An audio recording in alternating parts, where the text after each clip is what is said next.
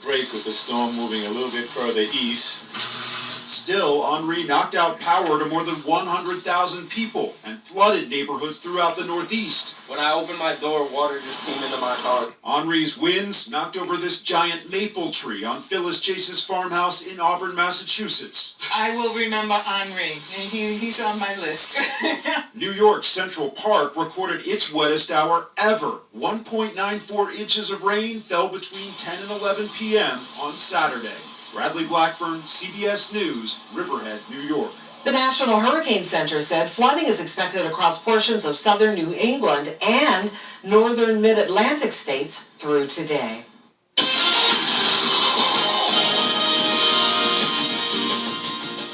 Across the country and here in our area, we're up for a heat wave as well.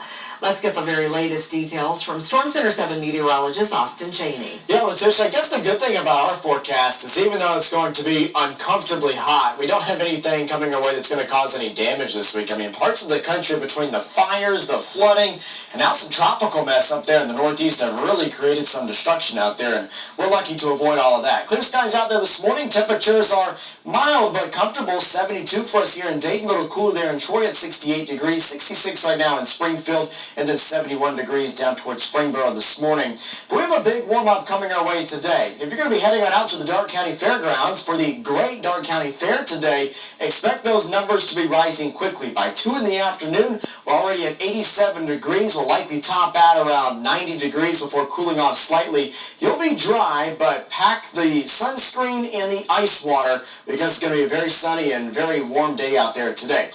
Now, interestingly, we're hot, but we're not record hot. My forecast today is 90 degrees. The record high for Dayton today is 94 degrees. We said that back in 2007, so at least we're not there, but either way, you get above 90 degrees, it's going to feel pretty hot out there this afternoon. And then we're just staying hot over the next several days. We get hotter. How about that? 92 for Tuesday, 93 degrees for Wednesday. All of these numbers well above the average high of 84 degrees, and we're going to camp out right around there through at least Friday of this week, maybe even into the weekend. So we're just in this very stagnant, very hot weather pattern with not a lot of relief. Look at this. It gets even worse when you factor in the heat index all the way up to 98 degrees for the feels-like temperature on Wednesday, 96 degrees for Thursday, cooling back to 94 for Friday. And you know, it's funny, I keep saying worse, but if you like the heat, then good for you. I know some people really, really like this stuff, especially since we don't get it all that often up here in the Miami Valley, but I tried to move away from it, and here I am still in the big-time heat. All right, let's see if we can get some rain chances to cool you off out there today. They're going to be pretty slim, so we're dry through the morning hours. We head towards the afternoon, and an isolated shower may pop up, mainly down south of I-70, but chances today are very, very slim. So you see only one or two of those little green specks showing up on the models from time to time. I do expect a dry forecast tonight. Then we get into Tuesday, and it's kind of repetitive forecast. An isolated shower possible during the afternoon. Most folks are just mostly sunny and very hot as we head into Tuesday afternoon. Here's your rain chances. I've left in a 10% chance of a shower on Monday or Tuesday, but really rain chances are even probably less than 10%. They should be pretty slim today and tomorrow. Wednesday, slightly better chance. Scatter showers and thunderstorms come back for Thursday and Friday. And it's still going to be hot on both Thursday and Friday, but at least with some rain chances around, hopefully that can provide at least some temporary relief from the heat if you happen to end up under one of those showers later on in the week. Now here's the good part of the forecast being a little bit drier. If you remember all last week, the mold spore count was up in the high to extremely high category. Now, since we've dried out a little bit, that has gone back down to the moderate, so still may bother you a little bit, but not nearly as bad as what we were dealing with last week. The weed pollen is still in the moderate category as well, so if you're feeling some allergies today, that may be the culprit. If you're going to be spending some time outside today, like I said, maybe at the fair or at the pool later on this afternoon, UV index is still high, around an 8, so definitely remember that sunscreen later on today.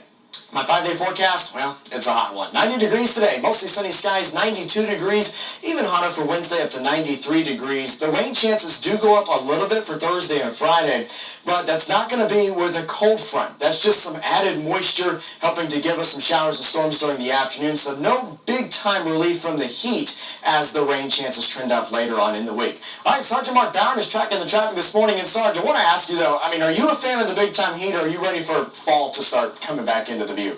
You know, as long as it's not snowing, I don't know, it can be. Yeah, because that makes your job hard. Yeah, it does, and I don't like driving in it, and I don't like reporting in it. So yeah, I'll take the heat. It looks like I'm gonna have a lot of heat to deal with this week. Now, some areas we're gonna see some increased traffic, and that is around the areas of UD, the University of Dayton starts class today, as well as Wright State University. A couple of areas there in Fairborn that we expect to see, and of course the city of Dayton. Out on the freeway though, right now we haven't seen any issues. Looking at 75 northbound, checking travel times. From the area, the Montgomery-Warren County line to Route 35. That's an 11-mile drive, and it looks like that drive time right now is about 12 minutes. I'm Sergeant Mark Bauman, WHIO Team Traffic. Sergeant, thank you. 522, 72 degrees. One local school has a chance at winning $1,000. How much they donated to Goodwill to put them in the running for the grand prize.